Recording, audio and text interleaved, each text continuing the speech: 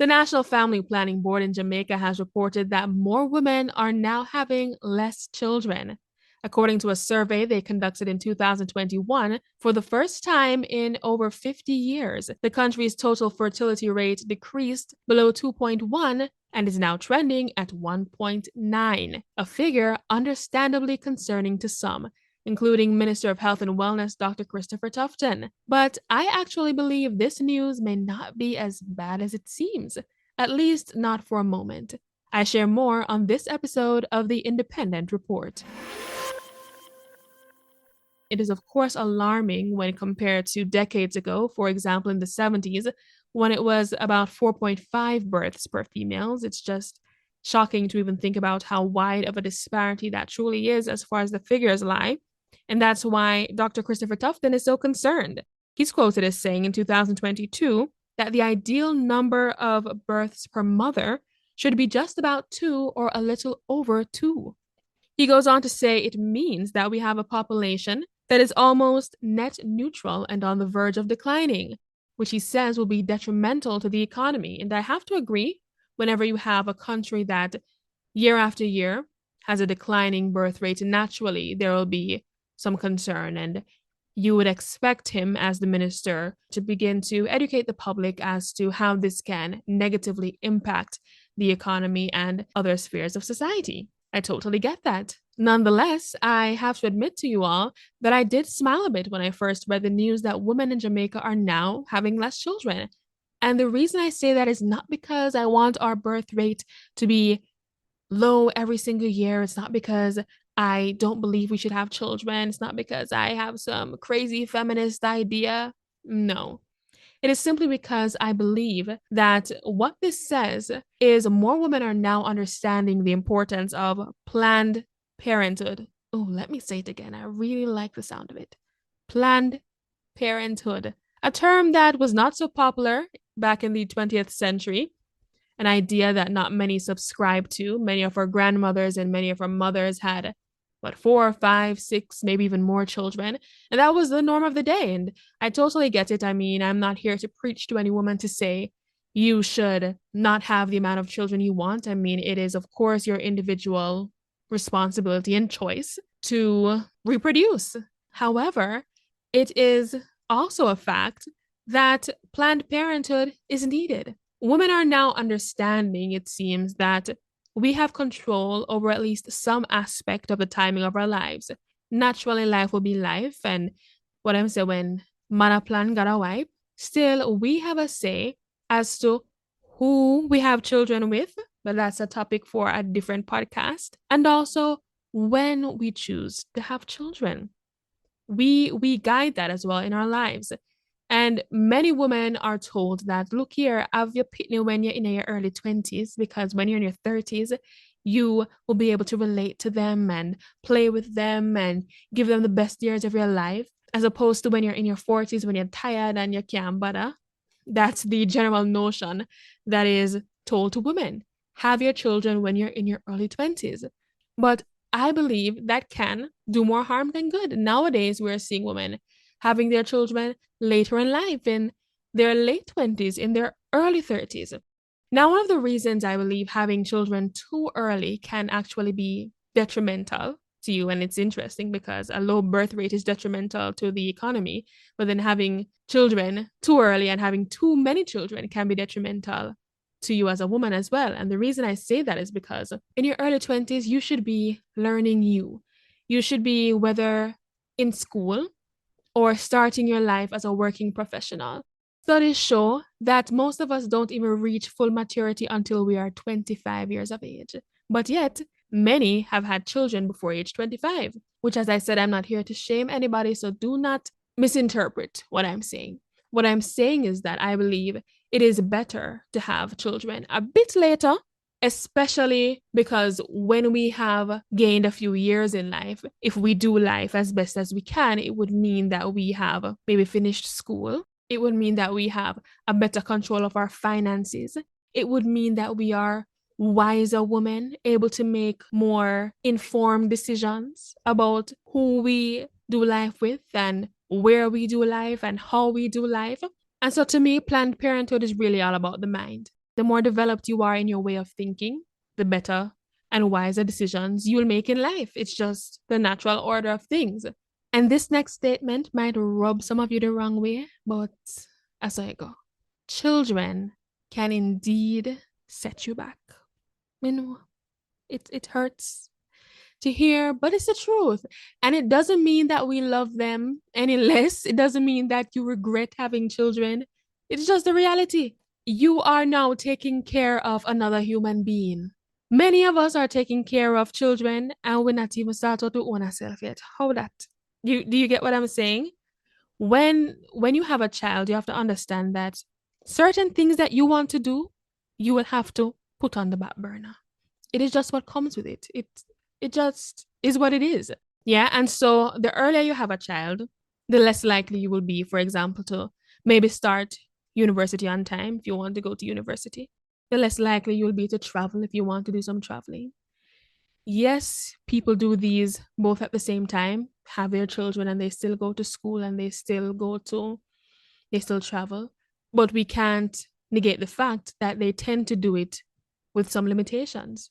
We've all seen, stories where mothers going through uni with children and just the struggles they face trying to balance it all. And although that makes us stronger in life and adds to our journey in life, it also factually adds to some of the delays and some of the discouragement we experience when trying to achieve certain things, but we're also doing our jobs as parents, fulfilling our roles as parents. It is, in fact, easier to do so when we have allowed ourselves to naturally flow through the different stages of life. Which is why I actually believe, and this is a bit off topic, but still a bit on topic, I actually believe that people shouldn't date in high school. Did I date in high school? Little bit. Full relationship, Facebook relationship. When, I mean, sometimes I don't even count them because, like, they weren't even real in my eyes. But yeah, I did. But looking back, I wouldn't, because I am of the firm belief that each stage in life should be what it is.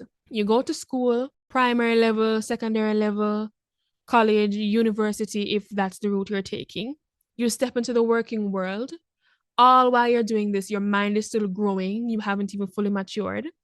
So you step into the working world and you are now learning more about your likes, dislikes, learning more about what you want to do career-wise, as well as learning now the type of maybe guy you like. And you're doing all this, and some of us are doing all this whilst having a child and whilst stepping into this awesome role that is motherhood. That really does take a lot from us. It requires a lot of us. Maybe that's how I should put it. Motherhood requires a lot. And although I'm not a mother currently, I have seen many mothers around me. And I've seen, as beautiful as it is, how they've had to kind of step back in their own lives to ensure that this child has the foundation he or she deserves to have. And so the order of life, I believe we should allow it to flow. We're in the working world now, finding out more about ourselves, more about the type of people we like to be around. We allow that process to take its place. Because how can we really properly raise another human being when we don't even know who we are? Many of us don't know who we are. Many of us are just living life any and anyhow, and we don't understand our personality as people. We don't understand our identity. But yet, we have brought another human being into the world. And so this is what Planned Parenthood really all entails. And it's so important because many of us, we don't realize the fine print of what being a parent is, right? This is why I smiled when I read the news, because it's now showing that more women are seeing the importance of planning their lives more strategically, gaining some professional satisfaction first and cementing themselves a bit more financially and understanding, for example, investments and how money works and all that jazz before they step into this new role as a mom. There is no rule that you have to have a child in your early 20s. None. And so I reiterate, I'm not saying life is over if you have a child in your early 20s. I'm not saying, oh no, what did you do? What I'm saying is, it is easier to balance life when we kind of put raising an entire human being, which is a major responsibility, a bit further in our life's journey. Planned Parenthood. That's an aspect of it. True, there are many who do it even before them reach 30. But even if you are going to make that step in your early 20s, there has to be some form of firm foundation. I mean, it's fine to figure out life as you go. Most of us are doing that in some shape, way, or form, right? But even if you want to figure out life as you go, it's so important to leave the bulk of the trial and error to when you by yourself or maybe with your partner before a child is brought into the picture. Fumble a bit, then that's what your early 20s are for. Fumble a bit and fall and rub off your knee, get a few scratches. You're still going to make mistakes even as a parent, but the stages of life are meant to teach us and grow us so that now when we bring another human being into the mix, we are far wiser because it's another person. I can't stress that enough. And that is why the duty is so great.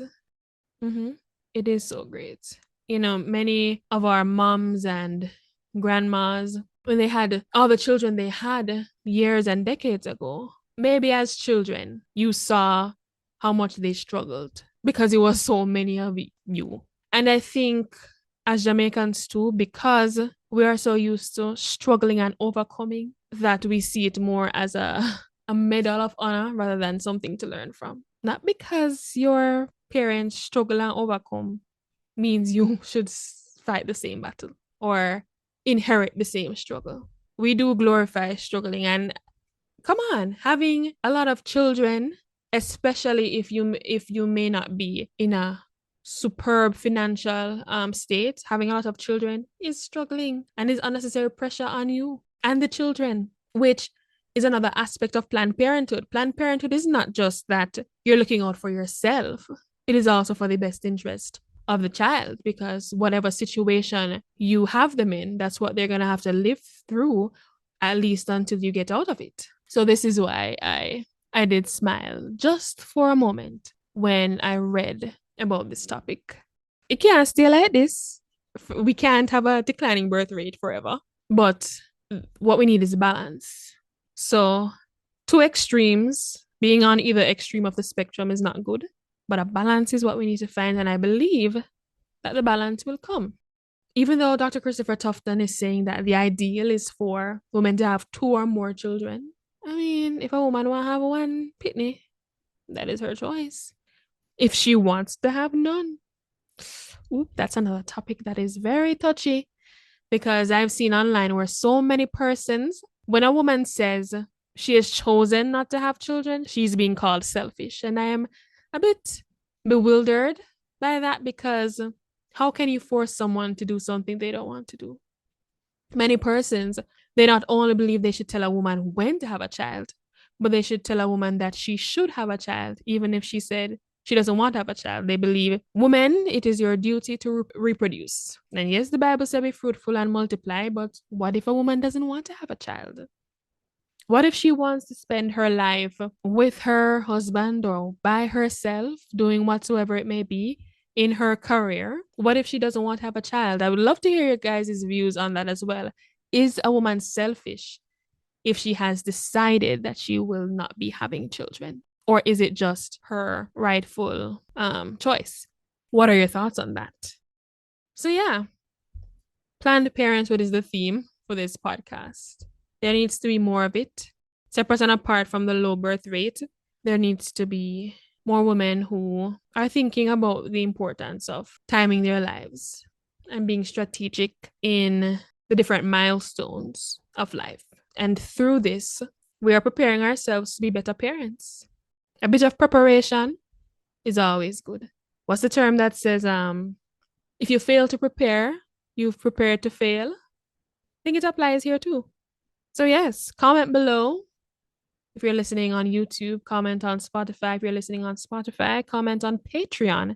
If you're listening on Patreon, what your views are on this topic, and share this with someone who would be interested to learn about what we're talking about on this episode. Remember, you can follow me on Instagram, Brianna with Purpose.